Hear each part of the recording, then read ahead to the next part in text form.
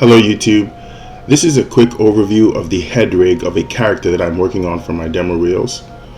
When the entire rig is done, and after I've performed enough animation tests, I may be uploading the finished character rig to my Turbo Squid store.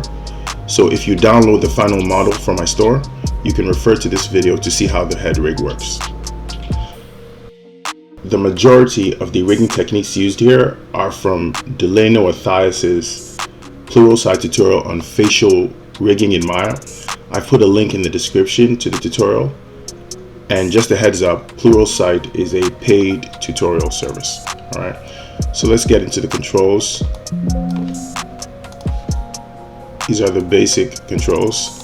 Alright, for the head, I have 3 head pivot controls. The first one controls stretching and also rotation, but the pivot point is in an unnatural position. It's not where the actual spine is. The second head pivot is located more at the anatomically correct position, somewhere around the 7th cervical vertebrae, or where that would be, right? And that produces better deformations in the head, especially if you rotate backward. Then you have this one that's also in an unnatural position, but it's in the center, but it works really well for twisting the head. It's really nice. I might need to clean up the deformations on the neck a little. So yeah, it's these 3 head pivot controls. I intend to distribute rotations during animation across all 3 to avoid gimbal lock. Alright, and then I have the reverse jaw control. This is a very cool control, and the main jaw control. The face has so many controls that I had to hide them. I had to create a settings control here to hide some of them. So let's go through them. So first, another one, we start off with the brows. This is just a simple curve system applied as an influence to the skinned mesh. Look at this. It's really free form, so I really have to go out of my way to get like correct looking poses, right? But it distributes the deformation in a very nice way because you're using a curve. Second is the blink controls. It's really simple blink controls. These are translation wired to the rotations of a joint, and I didn't get like a perfect blink because of the way I modeled the character. She's at a slant, so I didn't get a perfect rotation downward, even though I oriented the joints as best as I could. So I may need to rotate sometimes to get it to shut correctly. And then there's the pupil dilation and constriction, and even though this is not a thing, iris dilation and constriction, right? But it will make for some interesting things during animation. And I have the fleshy eye. Fleshy eye just help me with getting more fleshier look in the eye region during takes, like it blinks. It'll really help give it this fleshy feel. Then there's a lash tip. I just did this because the eyelashes are so big, and if she's batting her eyes or she's like closing her eyes, it's gonna look really weird if this big chunk of geometry isn't really moving. So I have these little controls done with the help of clusters on a secondary mesh that sort of impact this mesh. So that. And then simple nose control, just basic translation. I should template the geometry translation and scaling the various axes. And then lip controls. These are the good stuff. All right. So these really cool sticky lip controls stay with the lips when you move the jaw. These 3 at the top and the bottom use a curve system also, just like the eyebrows. That's another thing I learned from Delano. Really cool stuff. All right. The corners didn't work the way I expected, so I had to create my own corner controls with a cluster. So these corner controls are not wired to the curve, right? But the curve that controls the top 3 and the bottom 3.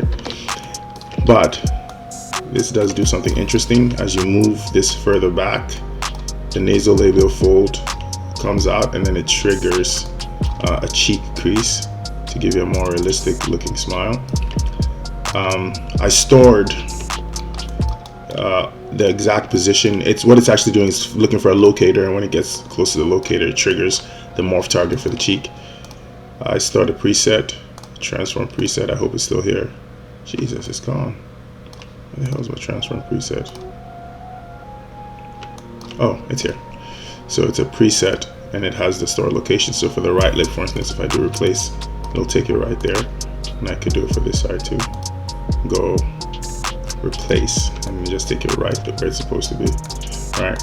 Now, when initially I wasn't going to count on this for a smile, so I did this additional morph target that just gives me triggers a perfectly sculpted morph target smile.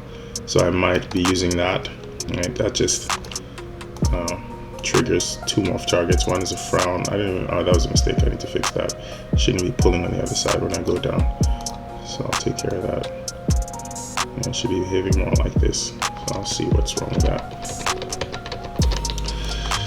And next is the tongue controls. Yeah, these tongue controls obviously can't get too far into the mouth. So the root control is out here, right there. Pivoted over there though. I can pull it out to show the tongue. Yeah, it's really cool. I'm using this ribbon system that really works well, as uses the IKFK like functionality. There's some really cool behaviors in the tongue. And it has like this cool dynamic switching system that tells the child control whether or not they should follow the parent control. But it's really cool. It's allowing me to do all the things I need with the tongue. Then you have the main eye controls. It's just simple, basic, eyes. Instead of using an aim constraint, using an IK constraint, you can move them individually. And even though you can't see it, I have like a fleshy lid that's allowing the cornea of the eye to impact the eyelids and these huge eyelashes, right? So the cornea bulge, right? It's, I guess, what people call fleshy eye. Right. What's next? Insert these rotations up.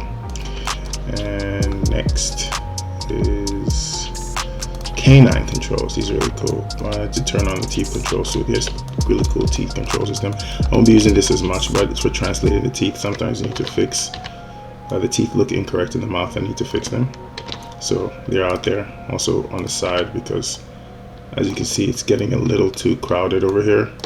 But these cool canine controls allow me to lengthen the canines, get some cool smearing effects with this. This could really work out nicely. Alright, and back here, I didn't hide this, but that's the uvula control. Uses like also a curve system, so she's screaming and she has her mouth open, I can have this wobbling. Use some wave mechanics to have this wobbling in the back. Alright, yeah, so what else we have? Oh, and then there's these refining controls. Oh, but there's a cool cheek ballooning so it allows you to fill the air up with fill the cheeks up with air. So I wired that to viewport controls. I'm starting to like viewport controls a lot better than I do sliding controls in the attribute editor. There's also a control over here. It's a mouth translation control. It basically controls the entire mouth, and I think I'm mostly going to use it to pull the lips out like this. But on top of that, there's also these roll controls on here, so you can roll her lips and get M shapes too. You can just put it in the reverse. This is the only thing I didn't wire to a viewport control. I figured it would just be fine on this mouth translation control, because that's what Delano did in his tutorial. But yeah, I'll be using that a lot. And I think that does it for the stuff on the face. Then you have the ear controls. These are also really good. They're behaving a little finicky though. They're also using the same FlexiPlane system, or what they call the ribbon system. And you can get squash and stretching, FK behavior, IK-like behavior, and then dynamic switching, volume control. You do a whole bunch of stuff with this thing. All right, it just really is flexible. I don't think I'm going to animate the ears to be this flexible, but it's good to have all these controls over here. It's really nice. And then the other cool stuff is the accessories on her face, which are also wired to her head. I have the headphones, and these headphones it's a global control. They're parented to the head system. You have like this stretchy behavior that I can get on the headphones. It also has it on the side. You can control that, get that stretchy like IK behavior, with stretch functionality also wired in. And then the one I can't wait to use is this. It's a vibration control, so that when she's playing music or dancing and there's a like bass, I want to be able to animate this. It was done with a squash and stretch deformer, and I used the component tags for the first time in Maya since set membership is being deprecated. It's really cool. Really nice stuff. And the last thing is the what's that? Oh yeah, the glasses. This is too simple. This is just really simple, basic FK controls.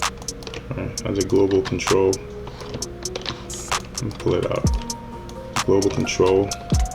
These little bendy things here will help add a little bit more flexibility, and maybe help me to do some smearing effects too.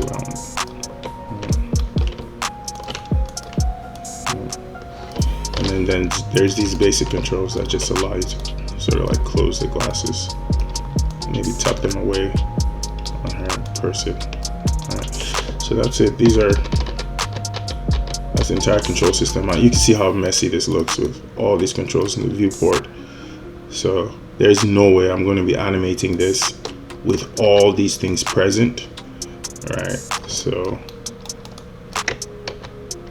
I'll probably be working with most of them hidden. I know for these at least will not be, well, this will have to be on for the most part, but all these, it's good to be able to wire them to visibility controls so we don't have to deal with them. Right?